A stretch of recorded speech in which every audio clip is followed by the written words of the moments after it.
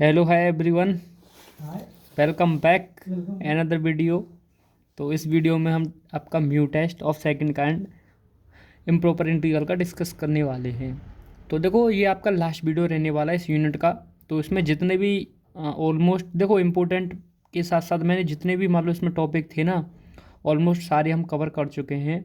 अब मान लो एक दो टॉपिक इसमें क्वेश्चन में देख लेंगे, जैसे मैं आपको क्वेश्चन करवाऊंगा इसमें एक वीडियो अनसॉल्व पर स्पेशल रहेगा, ठीक है। तो उसमें मान लो एक दो क्वेश्चन अगर हुआ, किसी कोई क्वेश्चन अगर आपसे पूछा गया हो तो वो डिस्कस कर लेंगे। पर लेकिन इम्प्रॉपर इंटीग्रल में सीधा सटीक या तो आपसे कोई क्वेश्चन पूछा जाएगा, जैसे मान लो किसी जितने भी टेस्ट किए उस पर सीधा क्वेश्चन पूछता है, या फिर एबल टेस्ट डिचलेट टेस्ट हो गया आपका, या फिर जो मैंने आपको कंपेरिजन टेस्ट करवाया था, या लिमिट टेस्ट और पी टेस्ट जो मैंने आपको करवाए ना, वही फिर वो सीधा डायरेक्टली आपसे पूछ लेता है, ठीक है। अगर कोई क्वेश्चन होगा तो फिर हम मैं डिस्कस कर लेंगे, ठीक है। कोई क्वेश्चन मैं देख लूँगा, अगर कोई पूछा गया जो मैंने नहीं करवाया मैं आपको कवर करवा दूंगा। पर लेकिन ऑलमोस्ट जितने भी टॉपिक थे सारे हम कवर कर चुके हैं इस वीडियो में, ठीक है। तो ये आपका लास्ट वीडियो रहेगा म्यू टेस्ट। तो एबल टेस्ट और डिजिटल टेस्ट आपका फर्स्ट काइंड पर ही होते हैं, ठीक है। तो आप सिलेबस में देखोगे तो वहाँ अपने स्पेशल लिखा भी है कि आपका जो एबल और डिजिटल टेस्ट होते हैं वो बाउंडेड के लिए होते हैं, ठीक है। पर लेकिन यहाँ पर आपको पता है सेकंड काइंड में अनबाउंडेड होता है, तो वो टेस्ट नहीं होते। लेकिन म्यू टेस्ट दोनों में अप्लाई होता है आपका, P test mu test comparison test ये सब दोनों में, ठीक।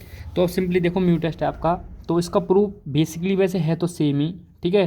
फिर भी मैं करवा देता हूँ, सेम है पर लेकिन बस थोड़ा सा डिफरेंस है। आपको इसका स्टेटमेंट डिफरेंट रहेगा, ठीक है।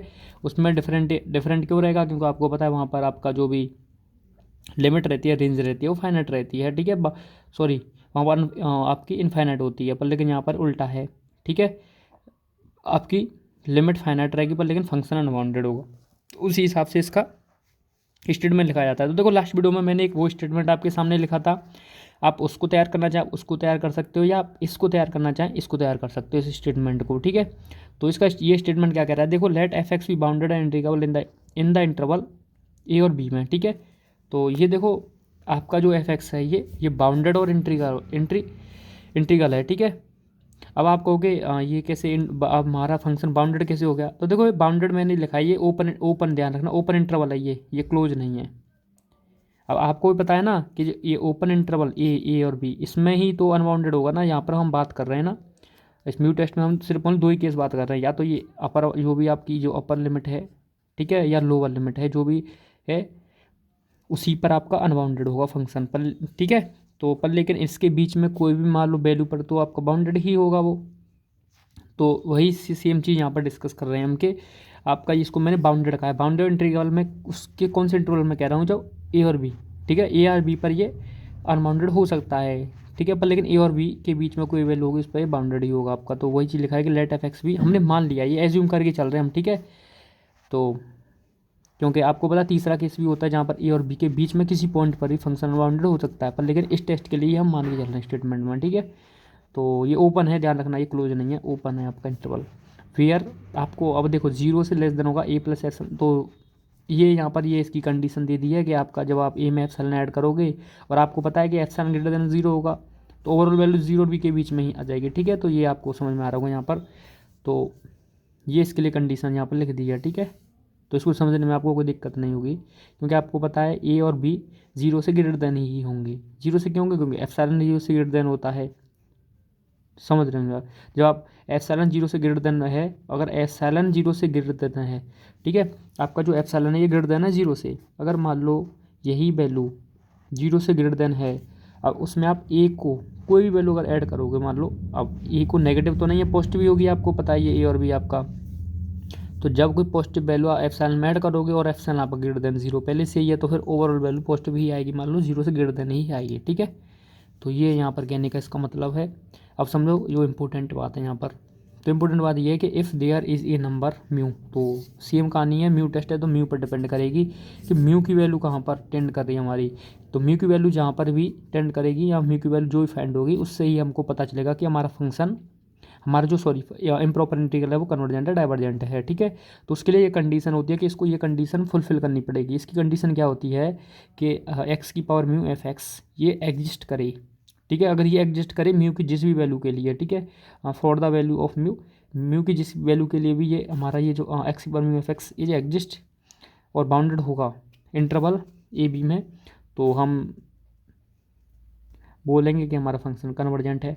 अब देखो इसने मैंने यहाँ पर लिखा है ये एब्सोल्युटली कन्वर्जेंट लिखा है, ठीक है। तो अब मैंने आपको जब मैंने म्यू टेस्ट करवाया था तो मैंने उससे पहले एब्सोल्युटली कन्वर्जेंट आपको समझाया था, ठीक है। तो अगर आपसे एब्सोल्युटली कन्वर्जेंट अगर आपसे पूछ भी लिया जाए तो आपको वो लिख देना है कि आपको मैंने बताया था कि एब्सोल्यूट कन्वर्जेंट, कोई फंक्शन अगर एब्सोल्युटली कन्वर्जेंट है तो वो कन्वर्जेंट भी होता है। तो एब्सोल्युटली कन्वर्जेंट फंक्शन आपको बताया था कि मोड टाइप का जो फंक्शन होता है आपका ये ऐसे मान लो ये ए टू बी, अगर ये कन्वर्जेंट है, आपको ये कन्वर्जेंट दिया है तो हमारा जो फंक्शन एफ एक्स होगा ये भी हमारा कन्वर्जेंट होगा, ठीक है। तो ये मैं आपको पहले ही बता चुका हूँ, लास्ट वीडियो में हम डिस्कस कर चुके हैं ये चीज़ें। तो यहीं पर इसको या तो एब्सोल्युटली कन्वर्जेंट कहो या कन्वर्जेंट को, बात तो सेम ही है, घुमा फिरा के बस बात वहीं पर आ जाएगी, ठीक है। तो ये इसका स्टेटमेंट आपको क्लियर होगा, कुछ नहीं है, बस मेन फोकस ये, ठीक है। यहाँ से ये इंपॉर्टेंट बात यहाँ से निकल के आती है। तो इसका प्रूफ तो एज इट सेम ही रहेगा, बस आपको फंक्शन को बाउंडेड और इंटीग्रेबल इसलिए माना है मैंने क्योंकि इसी से हमारा प्रूव होगा भाई, क्योंकि आपको पता है फंक्शन को अगर हम बाउंडेड नहीं मानेंगे तो फिर प्रूव करने में थोड़ा वो रहेगा। तो इसका जो हाँ हम प्रूव करते हैं आपका बाउंडेड, वो बाउंडेड लेके प्रूव करते हैं, इसलिए हम मान लेते हैं कि ए और बी के अलावा ये फंक्शन हमारा बाउंडेड होगा। तो यही चीज़ हम यहाँ पर यूज़ करने वाले हैं जो आपको उस वाले टेस्ट में जो मैंने म्यू टेस्ट का पहला काइंड पर किया था ना, वही सेम एस्टेज होने वाला है। तो प्रूव इसका देखो, तो सिंस आपका ये जो है एक्स की power A mu f x is bounded, ये गिवन है, एक्स और mu f x is exist and bounded होगा इस इंटरवल में आपका, ठीक है। अब आप कहो कि मैंने ए पर इसको बाउंडेड नहीं माना है, ए पर इसको मैंने बाउंडेड नहीं माना, ये देखो ये इंटरवल इस टाइप का इंटरवल है ये बी, तो इसका मतलब समझ रहे होंगे क्योंकि ये केस थ्योरम नंबर 1 ले रहा हूँ, केस नंबर 1 लेके चल रहा हूँ जहाँ पर ए पर ये अनबाउंडेड होगा ये वाला फंक्शन, ये नहीं एक्स की पावर म्यू एफ एक्स, क्योंकि जब हम क्वेश्चन सॉल्व करेंगे तो उसमें कहीं ना कहीं अनबाउंडेड होगा, तभी तो हम इस मेथड को अप्लाई करेंगे ना सेकंड काइंड को। तो वही है, इंटरवल को ध्यान से देखना है, ठीक है, ठीक, ये ध्यान रखना है इंटरवल का आपका, ये मिस्टेक से गलत ना लिख जाए आपका, ठीक। तो ये आपका हाँ हमको बाउंडेड दिया है, तो इसलिए आपको बाउंडेड की डेफिनेशन से तो एक्स माइनस ए की पावर म्यू एफ एक्स ये क्या हो जाएगा, लेस देन इक्वल टू के मान लेता हूँ, के कोई नंबर आपको पता है, ठीक, के कोई नंबर मतलब ये अपर बाउंड है आपका, ठीक है। तो यहाँ से अब इसको मोड को डिवाइड कर दो, तो मोड की डेफिनेशन से करोगे तो ये आ जाएगा लेस देन इक्वल टू के, ठीक है। अब यहाँ पर एक चीज़ समझो आप ध्यान से, देखो एक्स ए और म्यू, ठीक है, यहाँ समझो क्या इसको मैं ये लिख सकता हूँ कि मोड ऑफ एक्स माइनस ए की पावर जो म्यू है ये आपका एक्स माइनस ए की पावर म्यू के बराबर होगा, ये मैं क्या ऐसा लिख सकता हूँ। तो ध्यान से देखो ऐसा हम यहाँ पर लिख सकते हैं, ये क्यों, देखो आपको पता है म्यू जो है आपका ये 0 और 1 के बीच में रहने वाला है, 0 से बड़ा होगा और 1 के बीच में होगा, तो मतलब म्यू कोई वैल्यू है, ठीक है। और यहाँ पर आपको पता है कि ये ए, अब ए भी देखो 0 से बड़ा है, ए भी 0 से बड़ा है और आपका एक्स ए को बिलोंग करेगा, ठीक है। तो एक्स भी ए को तो बिलोंग करेगा और ए ग्रेटर देन 0 होगा, तो मतलब आप कह रहे हो कि ये जो वैल्यू ओवरऑल वैल्यू आएगी ये पॉजिटिव ही होगी ओवरऑल वैल्यू, क्योंकि आपको पता है ए एक्स ए को टेंड कर रहा है और ए ग्रेटर देन 0 है, तो मतलब ये वैल्यू क्या है आपकी पॉजिटिव है। तो मैं ऐसे लिख दूँ कोई दिक्कत नहीं, वो वैल्यू पॉजिटिव ही है आपकी, क्योंकि हम जानते हैं कि आपका एक्स टेंड कर रहा है ए को और म्यू 0 से बड़ा ही है। तो इसको नीचे ले आते हैं, तो मोड ऑफ एफ एक्स ये हो जाएगा less than equal to K upon x minus ए की पावर म्यू, ठीक है।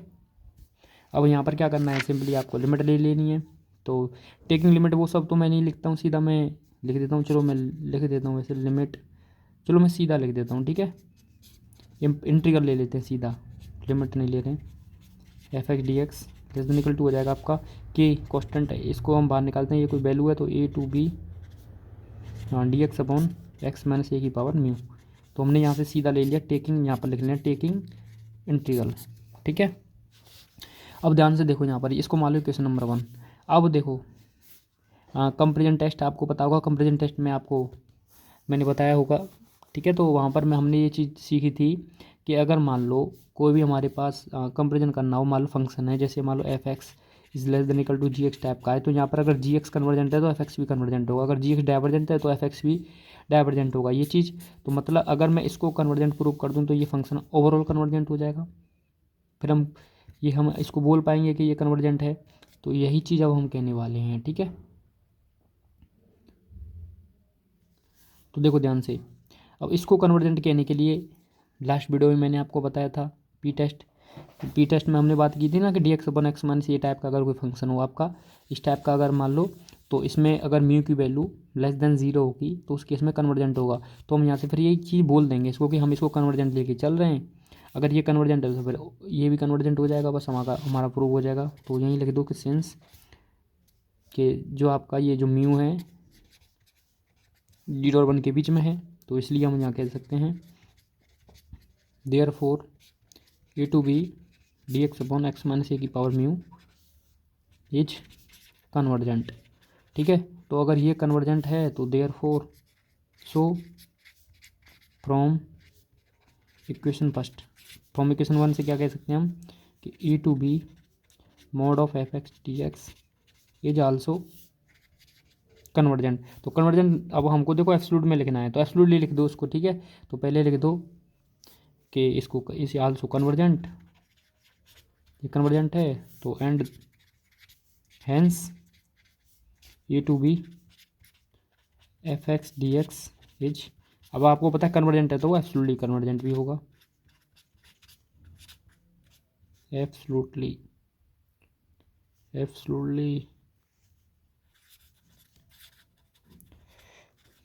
ठीक है। तो आई होप आपको ये क्लियर होगा ना, कुछ इसमें मैंने एक्स्ट्रा तो कुछ किया नहीं है, सारी चीज़ें आपके सामने हैं। तो वही देख लो, उसी के अकॉर्डिंग प्रूव है इसका, कुछ नया नहीं है, बस स्टेटमेंट चेंज हुआ, बस उसी के अकॉर्डिंग आपको समझ लेना है, ठीक है। तो अब देखो नेक्स्ट चलते हैं आपका इसी का सेकंड पार्ट आपका, ठीक है। तो जब भी म्यू टेस्ट पूछेगा तो दोनों आपको ये दोनों पार्ट करने पड़ेंगे, ठीक।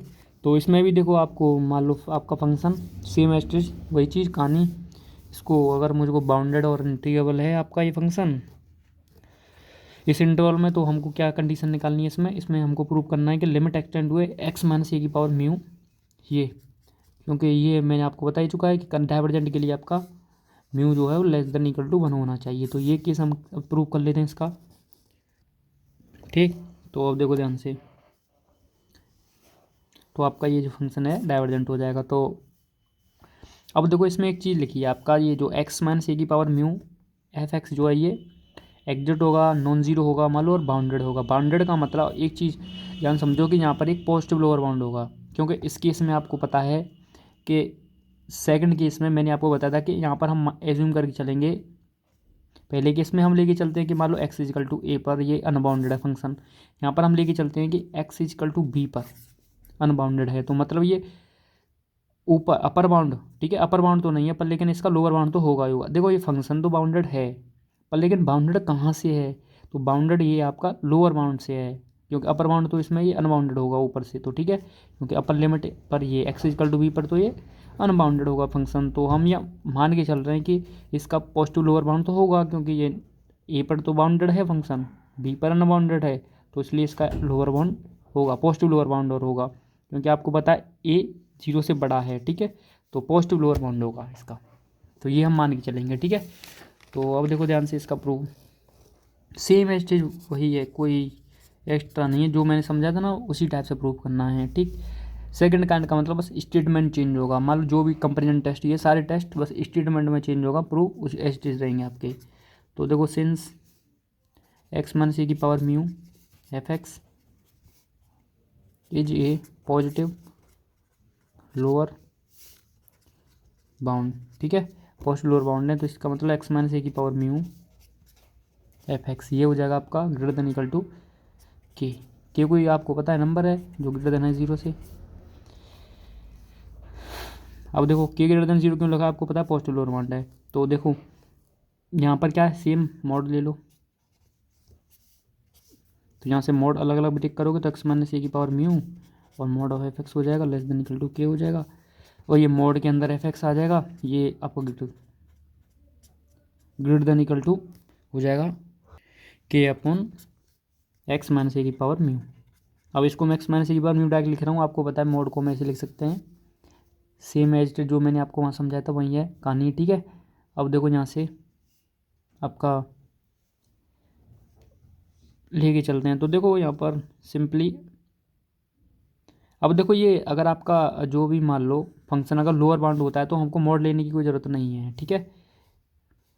विदाउट मोड भी हम चल सकते हैं, क्योंकि आपको पता है पॉजिटिव लोअर बाउंड के लिए, पॉजिटिव लोअर बाउंड के लिए आपके हमको मोड को कंपलसरी होता है आपका by the condition of bounded function.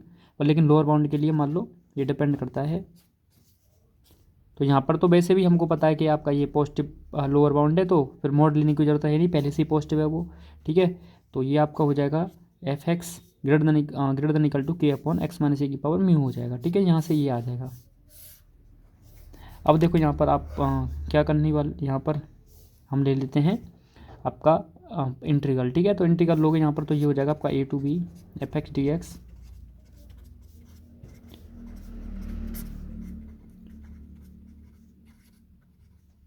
तो के को बाहर निकाल दो, a to b d x upon x minus ए की पावर म्यू आ गया। अब सिंपली आपको पता है कि म्यू इस कंडीशन के लिए क्या है, म्यू कंडीशन के लिए है mu is greater than equal to 1। अब बाई पी टेस्ट से आप बता सकते हो कि ये जो फंक्शन होगा ये क्या होगा, डाइवर्जेंट होगा। Mu is greater than equal to 1 के लिए कंडीशन के लिए हम प्रूव कर चुके हैं पहले ही। तो इसलिए अगर ये फंक्शन डाइवर्जेंट होगा तो बाई कंपेरिजन टेस्ट से हम ये भी बोल सकते हैं ये भी डाइवर्जेंट होगा। तो सिंस ये लिखे तो बस, तो बहुत ईजी है प्रूफ, सेम एस टी उसी के जैसा है। तो देयर फोर यहीं पर ये लिख देना आपको a to b d x upon x minus ए की पावर म्यू इच डाइवर्जेंट। तो देयर फोर हाँ आपका ये a to B F x D x भी क्या हो जाएगा, डाइवर्जेंट हो जाएगा, ये आल्सो डाइवर्जेंट, ठीक है। तो ये यहाँ पर प्रूव आ गए। अब देखो मैं क्वेश्चन करवाऊंगा आपको। तो ये थ्योरम तो चलो मान लो हो गई है, ये तो सेम वही एच तरीका है आपका, ठीक है। तो अब इसका देखो मैं प्रूव आपको करवाता हूँ, उससे पहले कहानी समझो, सीधा क्वेश्चन लेते हैं, ठीक है। क्वेश्चन से समझ में आ जाएगा, वहीं पर डिस्कस कर लेंगे। तो मैं एक एग्जांपल लेता हूँ जो आपके एग्जाम में पूछा गया है, ठीक है। आपको दिख जाएगा आंसर में, चेक करना। 0 से 1 D x upon 1 minus X root X, ये है, ठीक है। आपसे पूछ रहा है कि टेस्ट द कन्वर्जेंस इफ़, ये दिया है आपको, तो आपको इसको चेक करना है वाई टी म्यू टेस्ट से। तो सिंपली म्यू टेस्ट वैसे थोड़ा सा फर्स्ट काइंड में तो आपने लगाना सिखाया ही था मैंने। तो इसमें क्या कर लेना है आपको, सिंपली देखो इसको, देखो डायरेक्टली करने से पहले एक क्वेश्चन और समझो, क्योंकि इसको हमको ब्रेक करना पड़ेगा। उससे पहले विदाउट ब्रेक वाला मैं क्वेश्चन करवाता हूँ आपको एक बार। और जैसे जीरो से 1 ले लेता हूँ, और ये हो जाएगा D x upon 1 plus x mode x. तो इसको दो टाइप से करवाऊंगा मैं क्वेश्चन को, ठीक है। इसी क्वेश्चन को दो टाइप से करवाता हूँ। देखो एक 1 माइनस एक्स में, एक मैंने 1 प्लस एक्स में लिया है, ठीक है। अब देखो सिंपली क्या करने वाले हैं हम इसमें, अब आपको क्या करना है इसमें लिमिट लोगे, क्योंकि आपको मैंने भी बताया था कि म्यू टेस्ट में क्या करना है आपको, limit x tend to a x minus ए की पावर म्यू एफ एक्स, इसको चेक करना है। ये एग्जिस्ट होना चाहिए, मान लो मतलब इसकी फाइनाइट वैल्यू आनी चाहिए। तो जब इसकी फाइनाइट वैल्यू के लिए म्यू की कोई ना कोई वैल्यू होगी, बस म्यू की वैल्यू जो भी होगी, मान लो म्यू अगर लेस देन 1 है तो कन्वर्जेंट, अगर ग्रेटर देन इक्वल टू 1 है तो डाइवर्जेंट। सिंपल सा कहानी है, तो बस लगा दो। बस अब यहाँ पर ये चीज़ बताओ, ये जो फंक्शन दिया है मुझे बस सिंपल सा बताओ कि यहाँ पर ये जो फंक्शन हमको दिया है, पहले इसको समझो, चलो सेम ही है दोनों कहानी। तो अगर मैं आपसे पूछूं कि यहाँ पर जो हमारे पास ये फंक्शन दिया है, ठीक है, कौन से पॉइंट पर, किस पॉइंट पर ये आपका फंक्शन अनबाउंडेड है, मान लो डिसकंटिन्यूस बोलेंगे। अगर मैथमेटिक्स अगर मान लो ये भी बोलना चाहो आप, डिसकंटिन्यूस भी बोल सकते हो। मान लो फंक्शन अनबाउंडेड होने का मतलब डिसकंटिन्यूस है इस पॉइंट पर, ठीक है। तो किस पॉइंट पर ये आपका फंक्शन डिसकंटिन्यूस होगा, तो आप कहोगे 0 पर, क्योंकि यहाँ 0 रखोगे तो और ये वैल्यू ओवरऑल 0 हो जाएगी। तो 1/0 इन्फिनिटी होता है, तो इन्फिनिटी हो जाएगी। सिंपल मतलब एक्स इजकल टू 0 पर हमारा ये जो फंक्शन है, तो यहाँ लिख सकता हूँ कि here X is equal to 0 is a point of infinite discontinuous, ठीक है, इज डिसकंटिन्यूस। तो डिसकंटिन्यूस लिख लेना यहाँ पर, ठीक है, फॉर एफ एक्स।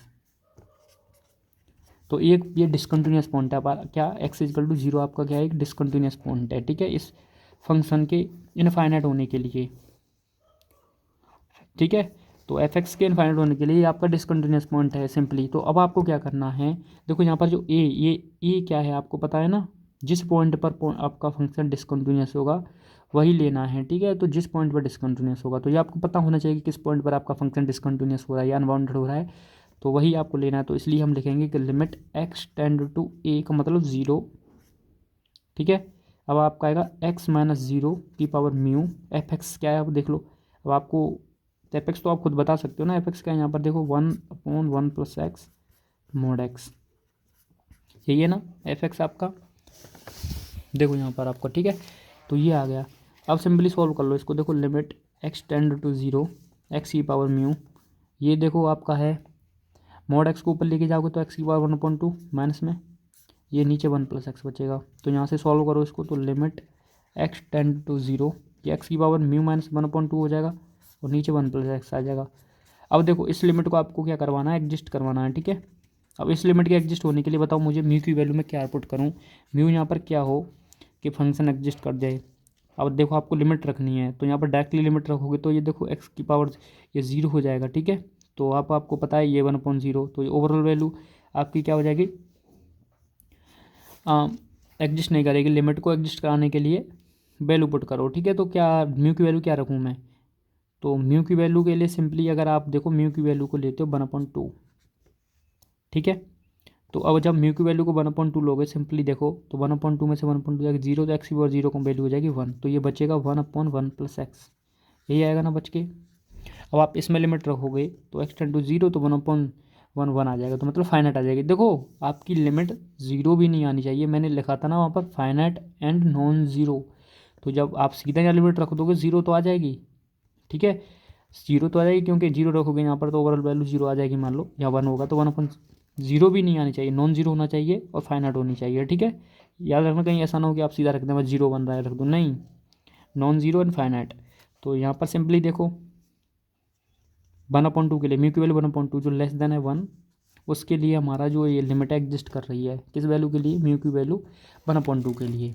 अब म्यू की वैल्यू 1/2 है तो हम क्या कहेंगे, ये जो हमारा फंक्शन है क्या है, कन्वर्जेंट है, सॉरी ये लिमिट नहीं फंक्शन कन्वर्जेंट है, यहाँ पर क्यों लिख दिया मैंने,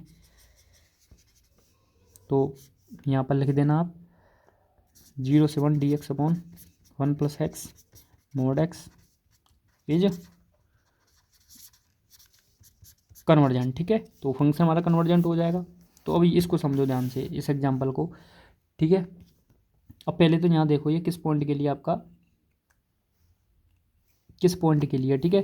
तो ये किस पॉइंट के लिए डिसकंटिन्यू आपका ये पॉइंट, हाँ डिसकंटिन्यूस है। तो सिंपली आपको देखो इसमें पॉइंट दिख रहा होगा कि इसमें ये आपका ये जो फंक्शन है 1 - x√x है, ये देखो दो फंक्शन के लिए आपका डिसकंटिन्यूस है, एक तो 1 के लिए भी है क्यों 1 - 1 0 हो जाएगा, और 0 भी रखोगे तब भी 0 हो जाएगा। तो ये क्वेश्चन एग्जाम का है, ठीक है, आपके एग्जाम में पूछा गया क्वेश्चन है ये सिंपली। तो यहाँ से आपका डाउट भी क्लियर हो जाएगा, जब मान लो ये तो मान लो सिर्फ एक पॉइंट पर डिसकंटिन्यूस है, तो इस टाइप से आपको क्वेश्चन को सॉल्व कर लेना है, क्लियर रहेगा आपका। जब 2 पॉइंट पर डिसकंटिन्यूस हो जाए तब क्या करना है, ये हम डिस्कस करते हैं। तो देखो जब मैंने म्यू टेस्ट आपको समझाया था तो मैंने कहा था कि आपको इसको आज नहीं लास्ट वीडियो में देखना, ठीक है। इस वीडियो में नहीं, इससे लास्ट वीडियो जो मैंने करवाया था उसमें हमने डिस्कस किया था कि हमको क्या कर लेना है, सिंपली इसको ब्रेक कर लेना है, ठीक है।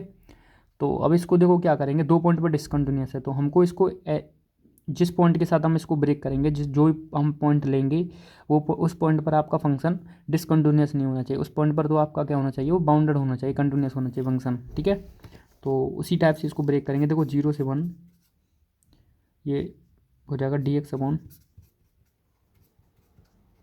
इसको ब्रेक करता हूँ मैं, देखो 0 से 1/2, क्योंकि आपको पता है 1/2 पर फंक्शन, ठीक है। तो dx/1 - x√x प्लस 1/2 से 1 में dx/1 -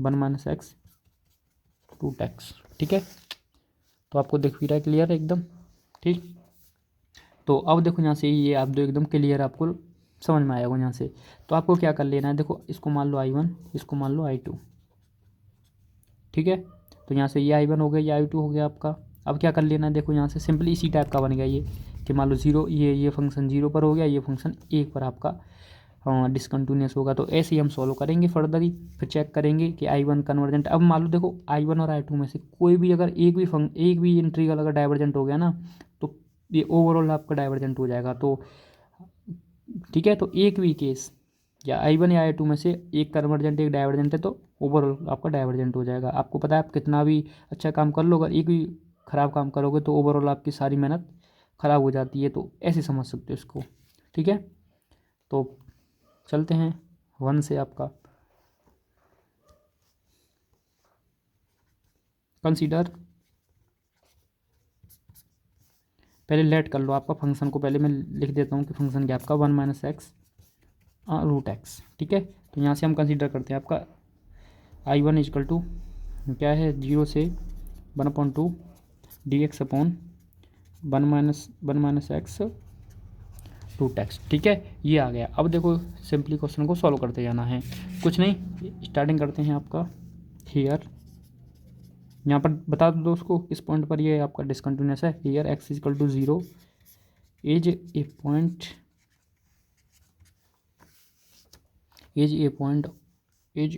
of discontinuous, is a point of infinite discontinuous, तो लिख लेना यहाँ पर। ठीक है, डिसकंटिन्यूस फॉर एफ एक्स। तो ये हमने बता दिया उसको एक्स इजकल टू 0 पर, तो मतलब ए की वैल्यू 0 हो गई, तो इसलिए limit x tend to 0 sorry ये रख दो आपका एक्स माइनस 0 हो जाएगा, उसकी पावर म्यू एफ एक्स की वैल्यू रख दो क्या है 1 माइनस एक्स रूट एक्स। ठीक है, ये है। अब देखो ध्यान से, यहाँ से देखो रूट को ऊपर लेके जाओगे तो -1/2 पावर हो जाएगी। तो मैं डायरेक्ट लिख देता हूँ, मैं स्टेप कट कर रहा हूँ। ठीक है, आपको पूरा स्टेप लिखना है एग्जाम में। तो 0 म्यू -1/2 हो जाएगा, ये ऊपर ले जाओगे तो माइनस की पावर 1 फिर नीचे आएगा 1/x आपका। ठीक है, ये आ जाएगा यहाँ पर। अब देखो सिंपली यहाँ से, अब देखो यहाँ पर फिर आप लिमिट रखोगे तो आपकी ये यहाँ से 0 आ जाएगी, पर लेकिन नॉन जीरो होना चाहिए। तो उसके लिए आपको म्यू की वैल्यू देखनी पड़ेगी। तो म्यू की वैल्यू क्या हो कि ये लिमिट आपकी एग्जिस्ट हो, तो उसके लिए म्यू की वैल्यू चेक करो। तो म्यू की वैल्यू क्या होनी चाहिए, देखो म्यू की वैल्यू यहाँ पर ही सिंपली वही कहानी बन रही है आपकी 1/2। तो म्यू की वैल्यू 1/2 होनी चाहिए, लेस देन होगी 1। तो मतलब हम बोल सकते हैं कि जो भी हम फंक्शन लेके चले थे कन्वर्जेंट है इस केस के लिए। तो ठीक है, तो जो यहाँ पर लिखना है वो तो आप लिख ही दोगे ना कि दिस इंटीग्रल इज कन्वर्जेंट। चलो मैं लिख देता हूँ, दिस इंटीग्रल क्या था 0 से 1/2 या चलो 1 minus X root X is convergent. ठीक है, ये आपका कन्वर्जेंट है। अब देखो सेकंड केस डिस्कस कर लेते हैं आपका। तो सेकंड केस देखो ध्यान से,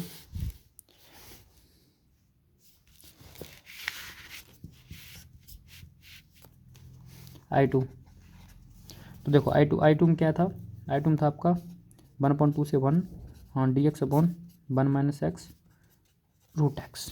ठीक है, इसको हाँ, तो इसमें भी अब किस पॉइंट पर डिसकंटिन्यूस है पहले उसको तो पहले यही बता दो।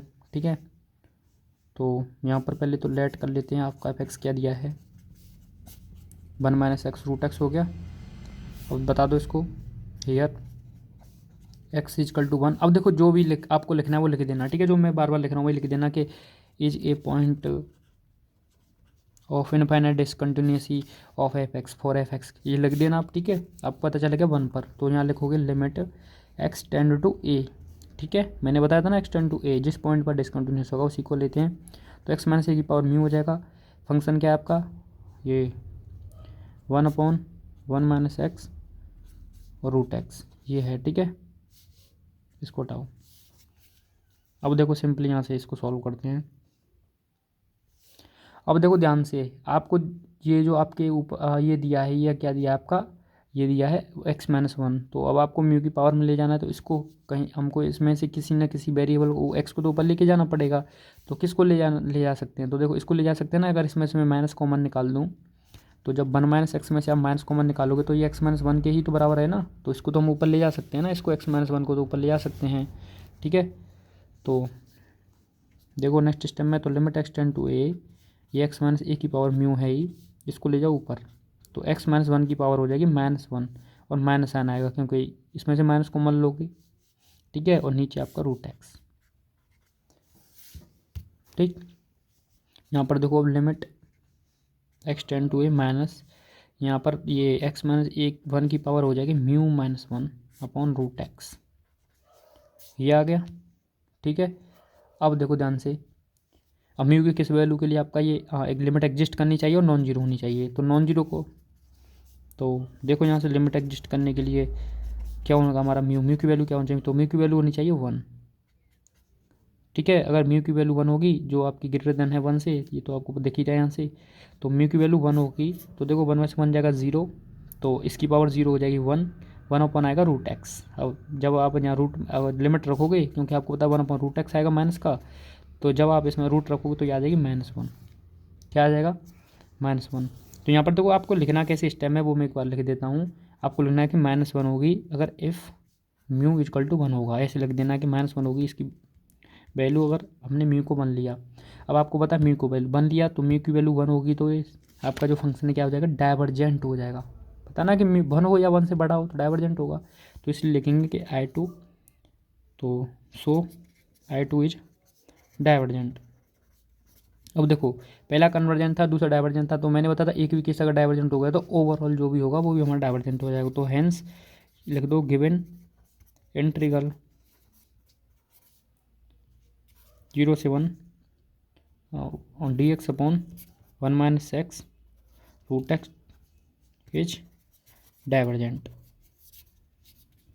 ठीक है, तो ये हमारा डाइवर्जेंट हो जाएगा, देखा नहीं था कि आपको, देख लो। तो ये आपका एग्जाम्पल मैंने लिया था एयू का ही।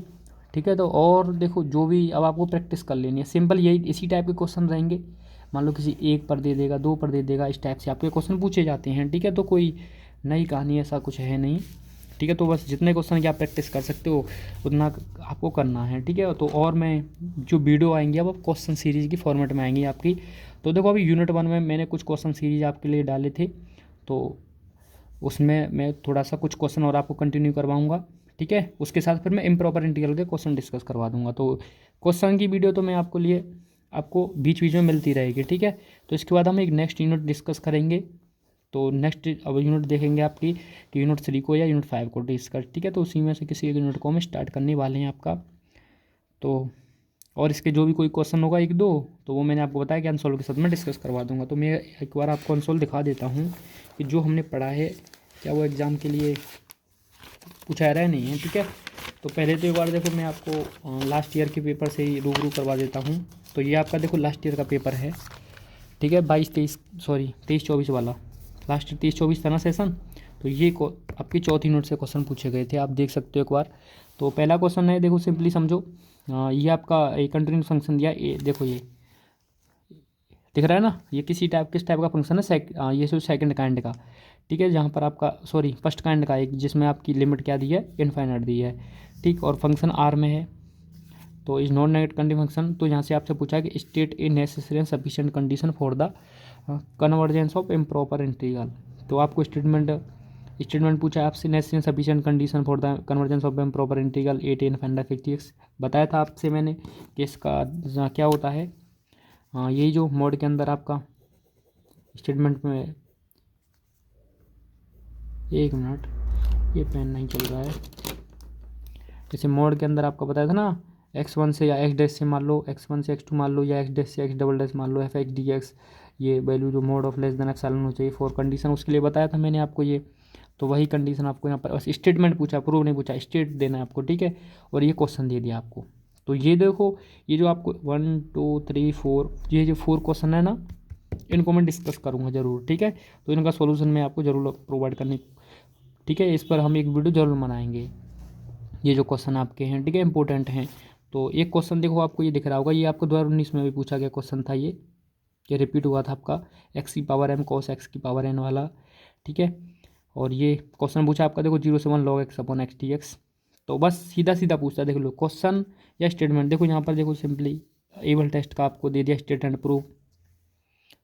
ठीक है, अब ऐसा हो सकता है मान लो आपके एग्जाम में डिचली टेस्ट दे दे, तो सीधा सीधा क्वेश्चन होता है। देखो या तो क्वेश्चन है या ये है, घुमा फिरा के कुछ भी नहीं है, क्योंकि अगर अदर क्वेश्चन आप थोड़ा सा किसी और यूनिट में देखोगे ना तो हो जाता है, पर लेकिन इसमें भी सीधे सीधे यूनिट आपकी वो पूछी हैं। तो किसी किसी क्वेश्चन में थोड़ा सा कर देता है इधर उधर, लैंग्वेज को थोड़ा चेंज करके, पर लेकिन इसमें ऐसा नहीं होगा आपका, ठीक है। ये है, और आपका देखो थोड़ा सा 19 का पेपर भी आपको दिखा देता हूँ इसका, क्योंकि इससे थोड़ा कॉन्फिडेंस बूस्ट होगा कि जो पढ़ रहे हो आपको मिल रहा है। तो यहाँ पर देखो आपने डिफाइन ही करवा लिया है सेकंड काइंड ऑफ इंटीग्रल को, जो अभी पढ़ रहे थे हम उसको डिफाइन करने के लिए बोल दिया इसने, और देखो क्वेश्चन दे दिया है, ठीक है। तो ये किस टाइप का आपको बताना है, तो जब आप 1 रखोगे तो log 1 पर ये क्या हो जाएगी वैल्यू इसकी, ये आपको सोच लेना है, क्योंकि आपको पता है log 1 पर क्या वैल्यू होगी, तो ये फंक्शन क्या होगा। तो आपको ये भी दिख रहा है कि ये सेकंड काइंड पर है आपका। तो स्टैंडर्ड प्रूफ, यहाँ देखो कंपेरिजन टेस्ट पूछ लिया आपका, ये लिमिट कंपेरिजन टेस्ट, ठीक है। ये आपका देखो एक्स बार एन क्वेश्चन, ये वही जो क्वेश्चन मैंने आपको दिखाया था, फिर एबल टेस्ट का सीधा सीधा क्वेश्चन आपसे पूछ लिया है इसका स्टैंडर्ड प्रूफ। तो ईजिली क्वेश्चन ही पूछे जाते हैं इसमें, ठीक है। तो बस मिलते हैं आपसे फिर नेक्स्ट वीडियो में, इसका का सॉल्यूशन और ये सब आपको मिलता रहेगा नेक्स्ट यूनिट के साथ। वीडियो अच्छा लगा हो तो like subscribe share in your friend circle भाई। Thank you.